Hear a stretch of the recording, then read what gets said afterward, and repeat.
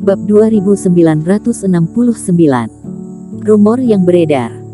Penampilannya menakjubkan, dan temperamennya seperti teratai salju di pegunungan Tian Shan. Banyak orang penasaran dengan keindahan wanita salju, Finola Su, dan mencari asal-usulnya. Dan diketahui bahwa Finola Su sebenarnya adalah pasangan seiman dari leluhur perintis Sekte Kebenaran, yang membunuh 18 raja jahat sebelumnya. Setelah itu, banyak orang tercengang. Tampaknya wanita cantik ini, Finola Su, lebih kuat dan menakutkan daripada pasangan seimannya, Eric Qin. Adapun untuk Nicholas Peng, itu adalah proses selangkah demi selangkah. Setelah menang dan kalah, dia juga naik menjadi ke peringkat 90-an. Namun, nama samarannya, Zero Peng, dalam daftar galaksi mungkin dikhawatirkan akan ditemukan oleh Sekte Sihir Wuying.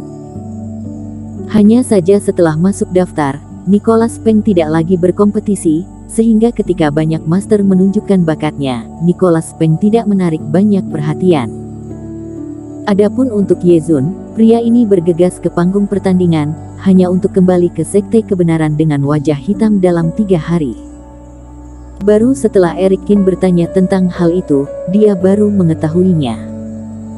Sungguh sial, dia bertemu dengan pejuang kebanggaan yang menduduki peringkat 50 besar daftar galaksi pada pertarungan pertama.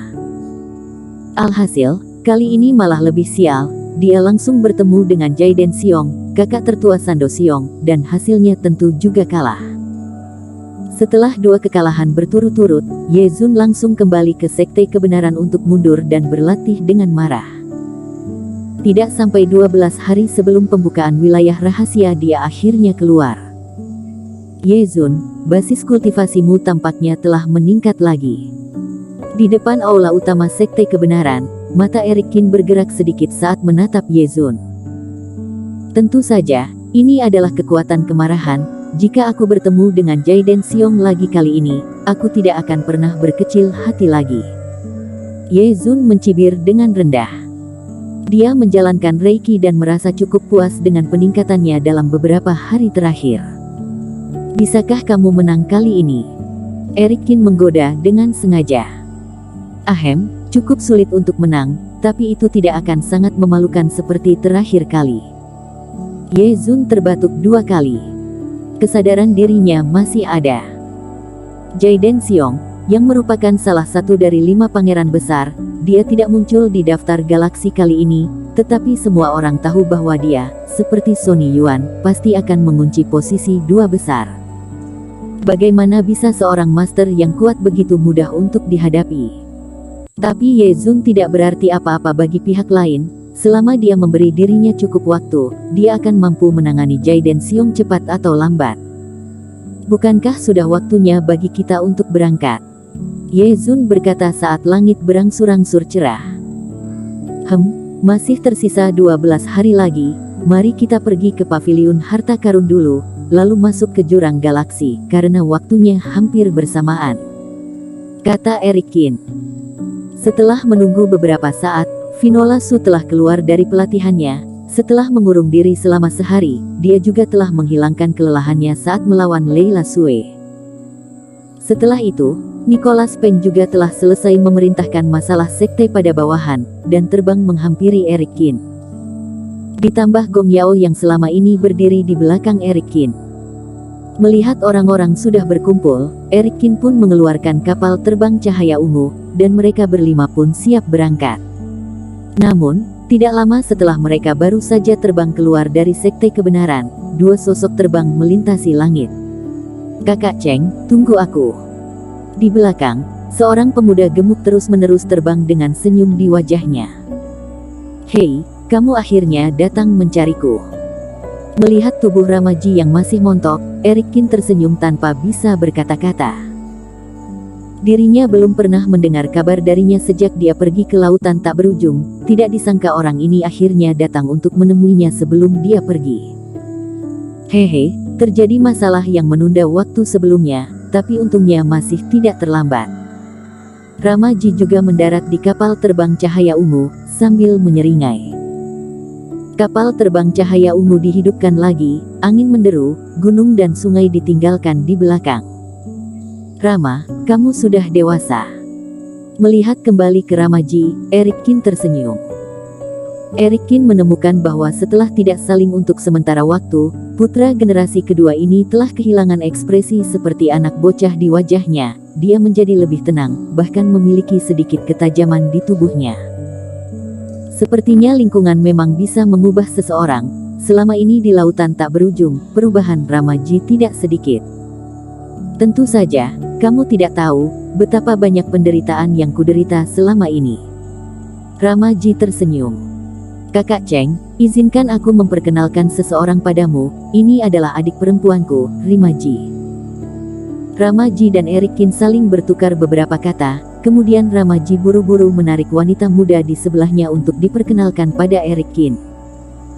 Kakak kedua, apakah ini adalah Hario Cheng yang membunuh kultivator jahat itu? Sebenarnya, setelah keduanya mendarat, Rimaji mengedipkan matanya dan menatap Erik Kin dari atas hingga ke bawah dengan rasa ingin tahu.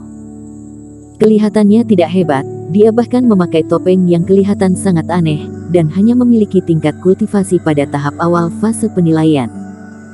Apakah dia benar-benar seperti yang dikatakan dunia luar sebenarnya? Adik, diam. Ramaji mengerutkan keningnya. Apa yang telah kamu janjikan padaku sebelumnya? Jika kamu sembarang bicara lagi, kamu bisa pergi ke wilayah rahasia sendirian. Aku hanya mengatakan yang sebenarnya, kata Rimaji dengan cemberut. Apa yang dunia luar katakan tentangku? Erik Kin tidak peduli dengan keterus-terangan Rimaji, tetapi sedikit penasaran dengan kata-katanya. Dirinya selalu sibuk di dalam sekte kebenaran akhir-akhir ini, dan benar-benar tidak tahu bagaimana dunia luar telah mengubah reputasinya. Namun, dirinya sepertinya tidak melakukan apa-apa. Kakak kedua, lihat, teman seiman Cheng yang memintaku untuk memberitahunya. Rimaji mendengus. Sebenarnya bukan apa-apa, hanya saja terdapat beberapa orang yang sembarangan berspekulasi dan berbicara omong kosong. Ramaji menggaruk kepalanya dan berkata, ini lebih dari sekadar beberapa orang. Rimaji bersenandung dengan suara rendah. Teman seiman Cheng, jujur saja, beberapa orang telah mengungkapkan berita bahwa kamu sebenarnya adalah seorang kultivator toksin, orang yang sangat pandai menggunakan racun. Alasan kenapa dia bisa membunuh 18 raja jahat adalah dengan meracuni mereka terlebih dahulu. Mereka mengatakan bahwa aku meracuni raja jahat sebelum membunuh mereka.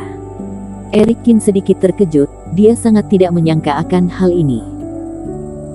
Betul. Orang-orang ini mengatakan bahwa kamu merasa khawatir tidak dapat menjaga token emas, jadi kamu dengan sengaja merencanakan untuk membunuh 18 raja jahat di depan umum untuk menipu paviliun harta karun, untuk meningkatkan peringkat dan mengintimidasi para kultivator lainnya. Rimaji mengangguk.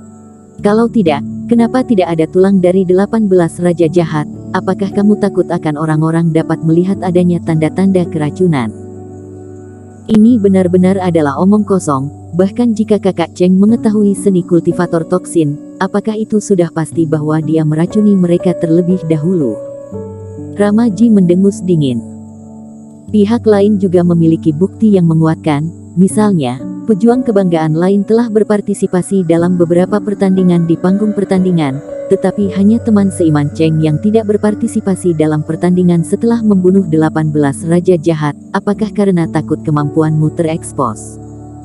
Rimaji juga memandang Erik Kin dan melihat peringkatnya yang sudah turun menjadi sekitar 70, dan tidak ada indikasi, bahkan paviliun harta karun diam-diam menambahkan penjelasan di dalam perkenalan bahwa teman seiman Cheng pandai memurnikan pil racun. Apakah ini sedang menyiratkan bahwa sebenarnya kekuatan teman seiman Cheng adalah melihat kekuatan yang akan mati jika terkena cahaya, yang sebenarnya adalah tidak sebaik reputasinya? Lagi pula, hal semacam ini sebenarnya sudah beberapa kali terjadi di dalam daftar galaksi. Benar-benar ucapan yang sangat tidak masuk akal, kata Ramaji dengan marah. Bukan aku yang mengatakan ini semua adalah rumor yang beredar di luar, kata Rimaji. Bersambung.